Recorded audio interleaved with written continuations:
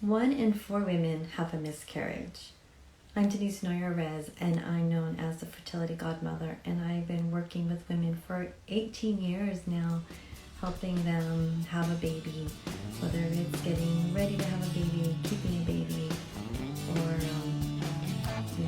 I like to say getting pregnant and staying pregnant.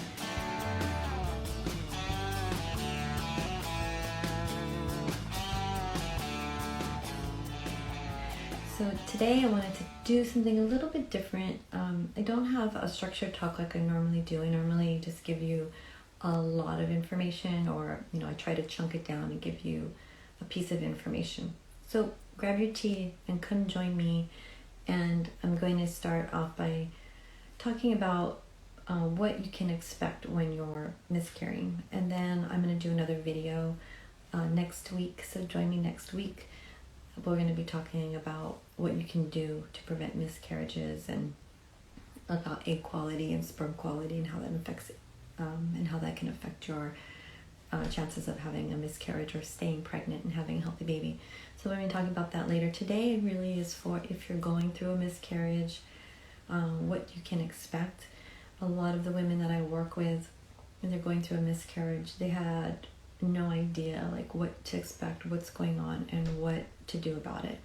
So if you're watching this video, then you're probably either just had a miscarriage or you're going through a miscarriage.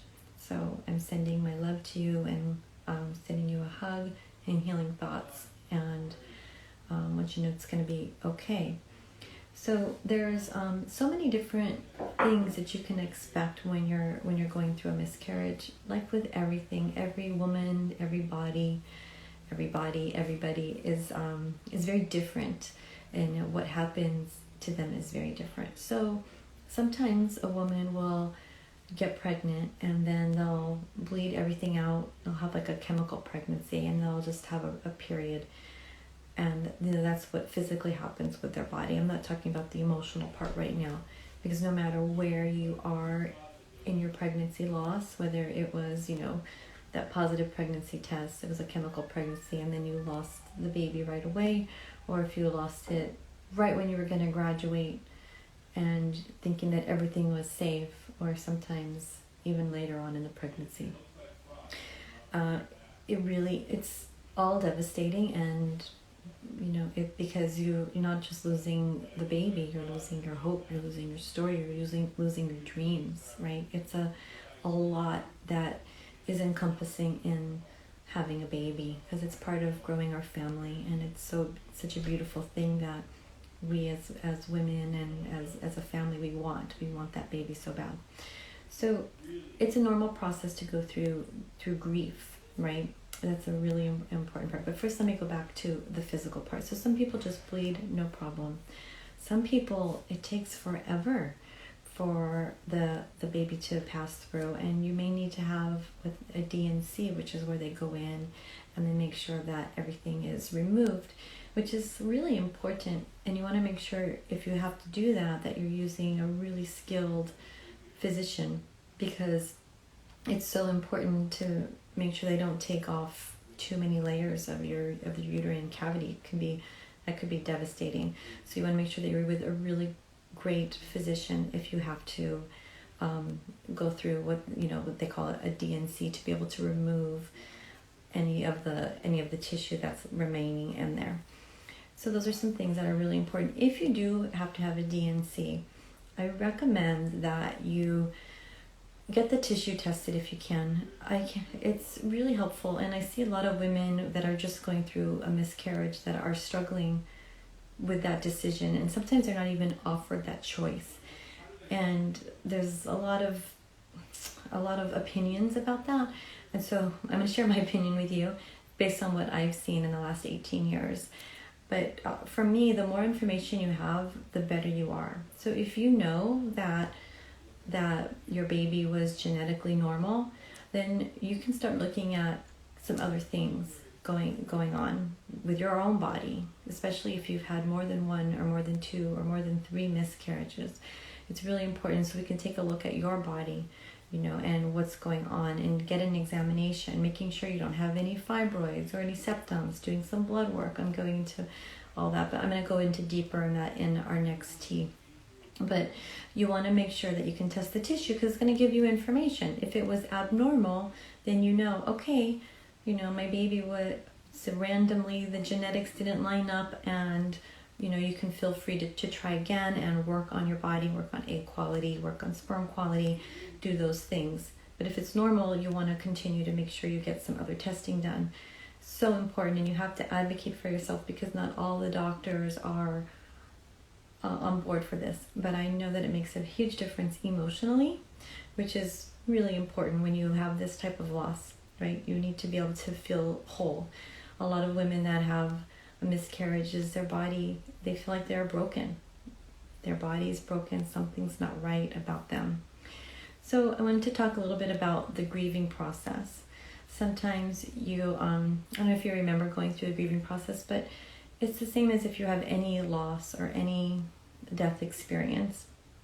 And it's really important. We go through different stages.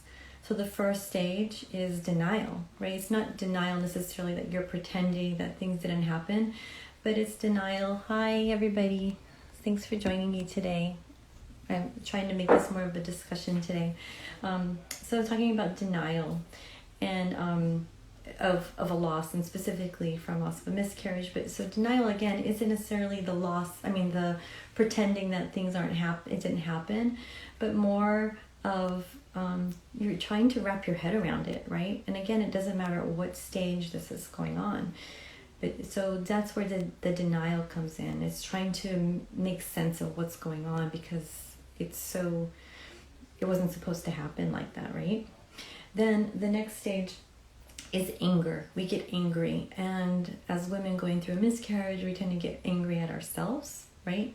We tend to beat ourselves up. Maybe it's you wish you didn't have that piece of pie or the cookie, or you had a drink maybe right before you ovulated, or you got stressed out because something happened in your life. There's so many things. We find ways to beat ourselves up, and we get really angry, and we try to feed that pattern of that. And sometimes we get angry at other people. I remember I had a woman in particular who's in my mind right now. Many years ago, she had a late term loss, and she was angry at any woman that was pregnant. She was really, really angry. We had to help her get through that. Some people get stuck in being angry. And some people get stuck in the next phase, which is, not the next phase. Then after angry, we tend to bargain, right? We want to, next time I get pregnant, I promise I'm going to do better. God, please, I'm going to pray more, I'm going to go to church more, whatever it may be, right? We start to bargain, to try to rationalize, to try to feel like we have some more control. And then comes the depression. So some people get stuck in anger, some people get stuck in depression, and we all have our own processes that we have to go through. We want to try to keep moving through all the different stages so that you can move on and you can get to that final stage, which is acceptance. And when you get to that acceptance stage, then you can start to create, you can start to recreate. And so I want to offer you, if you're going through a miscarriage or if you've had a miscarriage recently, some things that I know that have been really helpful for the women that I've worked with before. And that's really honoring your baby, honoring that spirit that you had, because it's always going to be in your heart, and that's okay, and that's a beautiful thing. So you're going to honor it by choosing to live and hold in your heart, not being stuck, right? So honor your baby.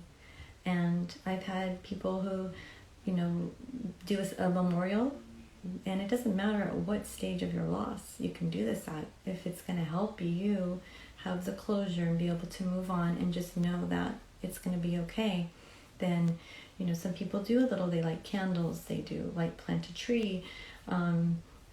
So I have some women who I know who end up celebrating, their baby at the day that they were supposed to be born, and sometimes on the loss, sometimes both.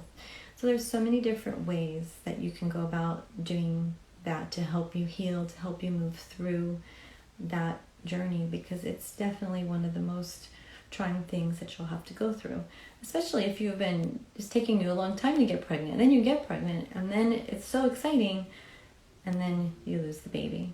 It can be really heartbreaking. It is heartbreaking.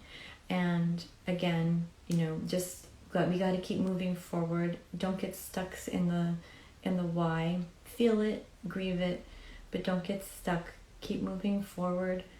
Honor your little one, honor them, and by enjoying and living a beautiful life in their honor. If you need additional help or support, I really am looking forward to this month to discuss this challenging topic and to really open the discussion, because we need to start talking about it, and you don't need to feel guilty. We need to be there together and support each other as women, and you're not broken. In fact, there's a book, real quickly, I wanted to share with you, and I'm flirting with trying to get Dr. Laura Shaheen. I'm going to try to do a talk with her. She doesn't know it yet, but if you would like that, give me some hearts. But this book I actually learned from some of the women I was interviewing, and it's called Not Broken. It's a fabulous book, and it really gives you. She's a reproductive endocrinologist, and she has a big heart and special for this, just like as well as I do. So I'm sending you a big hug and tons of love for you. And if you need some help, I'm here for you. Reach out to somebody that you can trust. It's okay. Do something special. Do something special for yourself. Do something special for your baby. You're always going to have them in your heart, and that's a beautiful thing. All right? Thank you, and we'll see you next week on the Tea with Fertility Godmother. Bye-bye.